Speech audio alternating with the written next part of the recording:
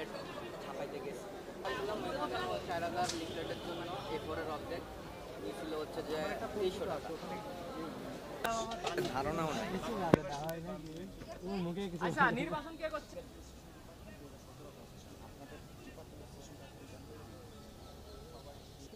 আমি আপনাদের কাছে দুইটা অনুরোধ নিয়ে আসছি।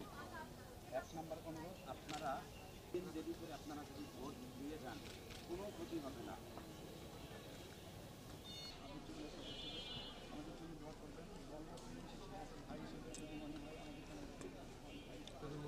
অবশ্যই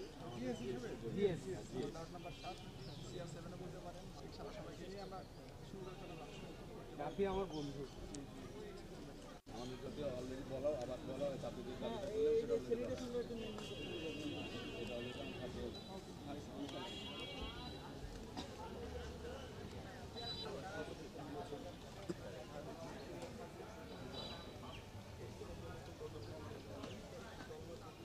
একটু এবার 7 নম্বর করে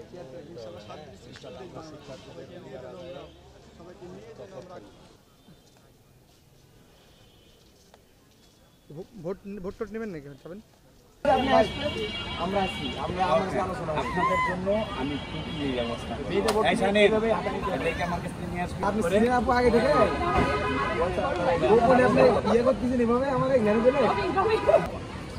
ওর বাড়ি মাদারীপুর, সবাই আমার জন্য দোয়া করবেন। ভোট দিবেন কাকে? যোগ্য ব্যক্তিকে। কাকে ভোট দিবেন? ভোট দিবেন কাকে? আর দোয়া দিবেন কাকে? যদি ভুলে যান, আমি কয়েকটা বলি। তারা মনে করবেন আমাদের ট্রফি কয়টা? 5টা। আর যারা 8 জনের সাথে তারা দোয়া করবেন তাকেই যেন আটকাই থাকে। হয় যেন ক্রস দিয়ে আটকাই দিবেন, এই 5-এ আটকাই দিলাম, আপনারা হবে না। ঠিক আছে? মাইন্ড গেম খেলে ফেলবেন, দোয়া করবেন, আল্লাহ হবে। ভাই খাওয়ানোর দায়িত্বটা সাইন না করে দিয়ে দেন। আমি আমার ছোট বোন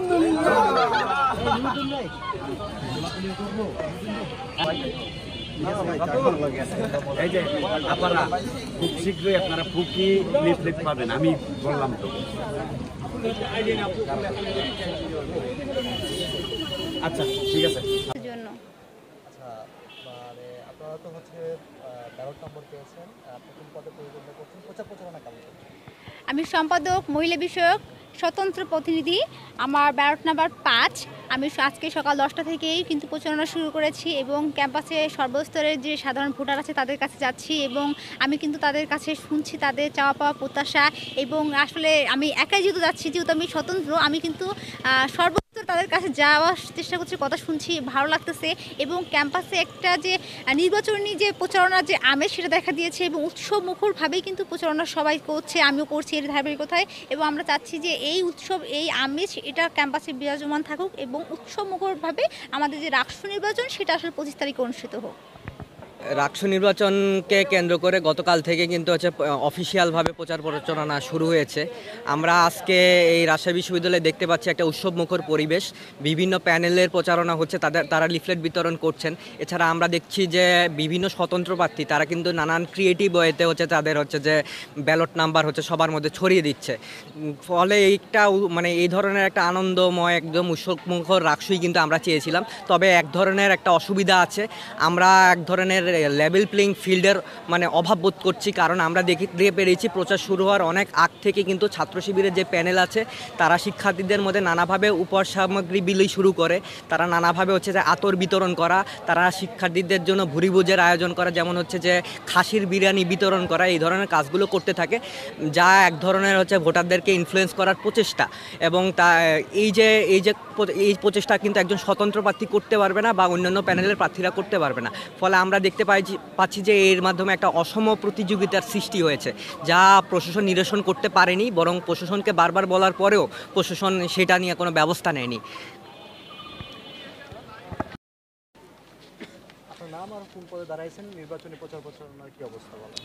আমি হচ্ছি মোহাম্মদ হাবিবুল্লাহ বাহার, পড়াশোনা করছি আরবি বিভাগ 2023-24 শিক্ষাবর্ষ। আমি শহীদ জিয়াউর রহমান হল সংসদের কার্যনির্বাহী সদস্য পদে দাঁড়িয়েছি সকল রাজনৈতিক অরাজনৈতিক প্যানেলের বাইরে গিয়ে। সেই জায়গা থেকে স্বতন্ত্র হিসেবে দাঁড়িয়েছি। আমার জায়গা থেকে মনে হচ্ছে যে স্বতন্ত্র হিসেবে আমার আলাদা একটা শক্তি আছে, কারণ ক্যাম্পাসে পলিটিক্যাল এই পিপলের বাহিরে নন পলিটিক্যাল স্টুডেন্ট কিন্তু বেশি।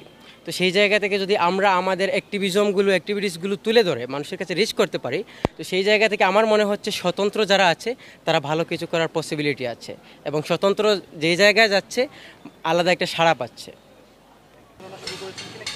আচ্ছা, আমি সহ সম্পাদক মহিলা বিষয়ক যে পদটা, সেই পদে দাঁড়াইছি। আর হচ্ছে প্রচারণা এমনি চলছে, কিন্তু হচ্ছে লিফলেট যে দেওয়াটা সেটা আমি এখনও মানে বিতরণ করা শুরু করিনি। খুব শীঘ্রই আমি শুরু করব। আর আমি আমার ইশতেহারটাও এখন পর্যন্ত প্রকাশ করিনি, খুব শীঘ্রই আমি ইশতেহারের মাধ্যমে সবাইকে সব কিছু জানিয়ে দেবো। প্রচারণা শুরু করব যখন, তখন অবশ্যই দেখতে পাবেন। এটাই